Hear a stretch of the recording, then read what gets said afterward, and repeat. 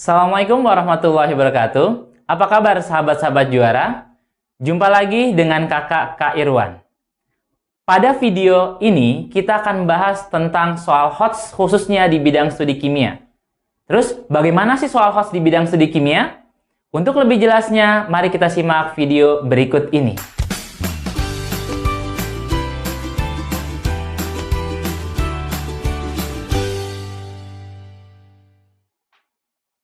Sahabat-sahabat juara, sebelum kita bahas detail tentang soal HOTS pada bidang studi kimia, mari kita simak karakteristik soal HOTS secara umum.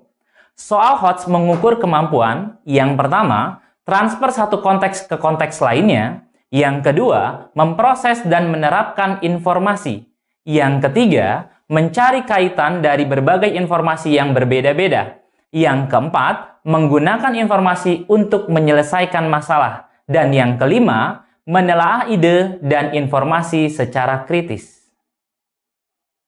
Kemudian kita bahas tentang kriteria soal HOTS. Yang pertama, ada stimulus.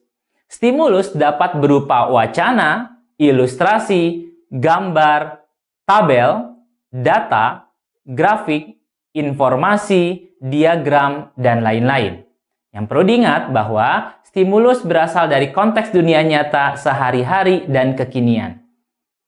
Kemudian yang kedua, pertanyaan menuntut proses berpikir kritis, logis, metakognisi, dan kreatif. Kemudian yang ketiga, merupakan soal dengan kognitif penalaran, aplikasi teori atau rumus, interpretasi grafik atau label atau visual, aplikasi gagasan, dan konsep dalam konteks.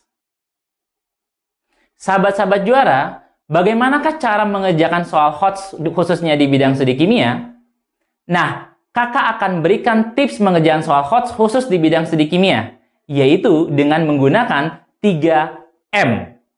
Yang pertama, membaca pertanyaan, yang kedua, mencari informasi, dan yang ketiga, menghubungkan konsep.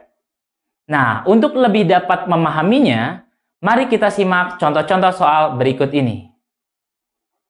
Berikut ini contoh-contoh soal HOTS pada bidang studi kimia. Yang pertama, contoh soal HOTS berupa stimulus wacana. Kita simak soalnya. Nah, pada soal ini dikatakan soal HOTS karena yang pertama ada stimulus berupa wacana. Kemudian yang kedua, pertanyaan menuntut proses berpikir kritis. Dan yang ketiga, konsep yang digunakan berdasarkan kehidupan sehari-hari dan kekinian. Kemudian, bagaimana menjawab soal HOTS ini? Kita ingat tips 3M yang sudah kita pelajari tadi. Yang pertama, membaca pertanyaan. Pertanyaannya, penyebab rambut mudah dibentuk. Yang kedua, mencari informasi. Informasi penting pada wacana ini, yaitu pada awalnya rambut diberi zat reduksi yang memutuskan ikatan disulfida dan mengkonversi setiap sulfur menjadi gugus merkaptan. Rambut yang sudah tereduksi dapat dibentuk. Kemudian, tips yang ketiga dengan menghubungkan konsep. Konsep yang digunakan adalah konsep oksidasi, yaitu melepaskan elektron, dan reduksi, yaitu menerima elektron. Kita hubungkan konsep terhadap wacana. Pada wacana tadi, rambut yang mudah dibentuk terjadi karena sistina tereduksi, kemudian ikatan sulfidanya putus. Tadi sudah kita pahami bahwa tereduksi berarti dia menerima elektron. Maka jawabannya adalah D. Atom sulfur pada sistina menerima elektron, sehingga ikatan disulfida putus dan terkonversi menjadi gugus merkaptan.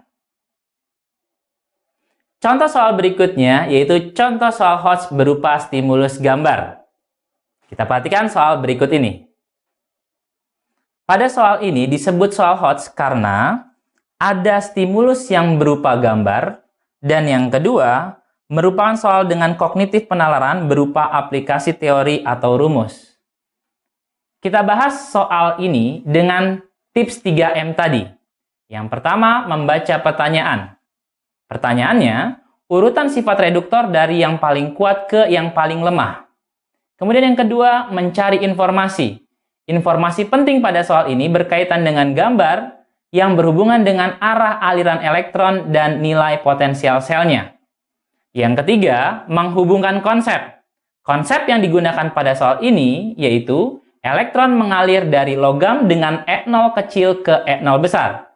Kita lihat pada gambar pertama.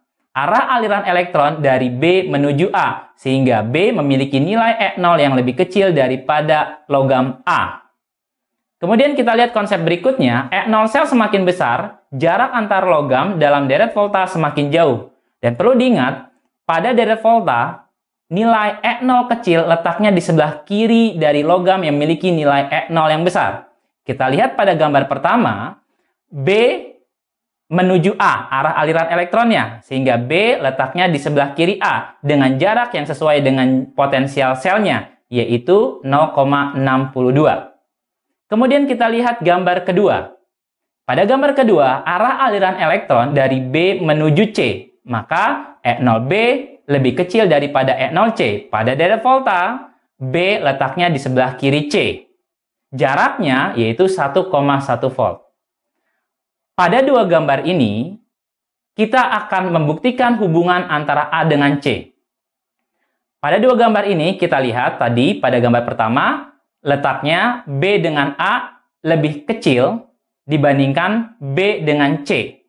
Maka, A dengan C adalah selisih dari E0 sel gambar kedua dengan E0 sel gambar pertama, yaitu sebesar 0,48 volt. Dan letak A di sebelah kiri C, karena tadi jarak antara A dengan B lebih kecil atau lebih pendek dibandingkan jarak antara C dengan B. Kemudian kita lihat pada gambar ketiga. Pada gambar ketiga, arah aliran elektron dari D menuju C. Maka E0D lebih kecil daripada E0C, sehingga D letaknya di sebelah kiri C pada deret volta. Kita lihat tadi, jarak antara A dengan C ternyata lebih pendek daripada jarak antara D dengan C, sehingga D letaknya di sebelah kiri A. Nah, dari gambaran ini kita lihat konsep berikutnya bahwa sifat reduktor kuat ke yang lemah, yaitu dari logam E0 kecil ke E0 besar. Maka, kalau kita lihat tadi dari pertanyaannya, urutan sifat reduktor dari yang paling kuat ke yang paling lemah adalah B, D, A, C. Sehingga jawabannya adalah B. Kita lanjut soal HOTS berikutnya, yaitu soal HOTS berupa stimulus tabel. Kita lihat soal berikut ini. Soal ini dikatakan soal HOTS karena ada stimulus yang berupa tabel, dan yang kedua, pertanyaan menuntut proses berpikir logis dan kreatif. Kita bahas soal HOTS ini dengan menggunakan tips 3M. Yang pertama, membaca pertanyaan. Pertanyaannya adalah pertanyaan yang benar yang berkaitan dengan tetapan kesetimbangan proses Haber-Bosch di atas. Kemudian yang kedua, mencari informasi. Informasi penting pada soal ini berkaitan pada tabel. Kemudian yang ketiga, menghubungkan konsep. Konsep yang digunakan pada soal ini yaitu pergeseran kesetimbangan. Jika suhu dinaikkan, bergeser ke arah endoterm. Jika suhu diturunkan, bergeser ke arah eksoterm. Perubahan nilai K hanya disebabkan oleh perubahan suhu. Dan diingat bahwa jika bergeser ke kiri, nilai K akan semakin kecil. Jika bergeser ke kanan, nilai K akan semakin besar. Kita fokus kembali pada tabelnya. Kita lihat, makin tinggi suhu dari 25, 300, 400, ternyata nilai K-nya baik itu Kp maupun Kc makin kecil. Kita pahami bahwa semakin tinggi suhu atau suhu dinaikkan, bergeser ke arah endoterm. Kemudian, jika nilai K makin kecil, artinya reaksi bergeser ke arah kiri. Maka kesimpulannya adalah reaksi ke arah kirinya atau ke arah pembentukan H2 dan N2 adalah reaksi endoterm. Sedangkan reaksi kebalikannya atau reaksi ke arah NH3 adalah reaksi eksoterm. Sehingga jawabannya adalah B. Kita lanjut ke soal HOTS berikutnya, yaitu soal HOTS yang berupa stimulus grafik. Kita perhatikan soal berikut ini. Soal ini dikatakan soal HOTS karena yang pertama ada stimulus yang berupa grafik, yang kedua merupakan soal dengan kognitif penalaran yang berupa interpretasi grafik. Mari kita jawab soal ini dengan tips 3M. Yang pertama, membaca pertanyaan. Pertanyaannya, perubahan yang terjadi setelah 15 menit.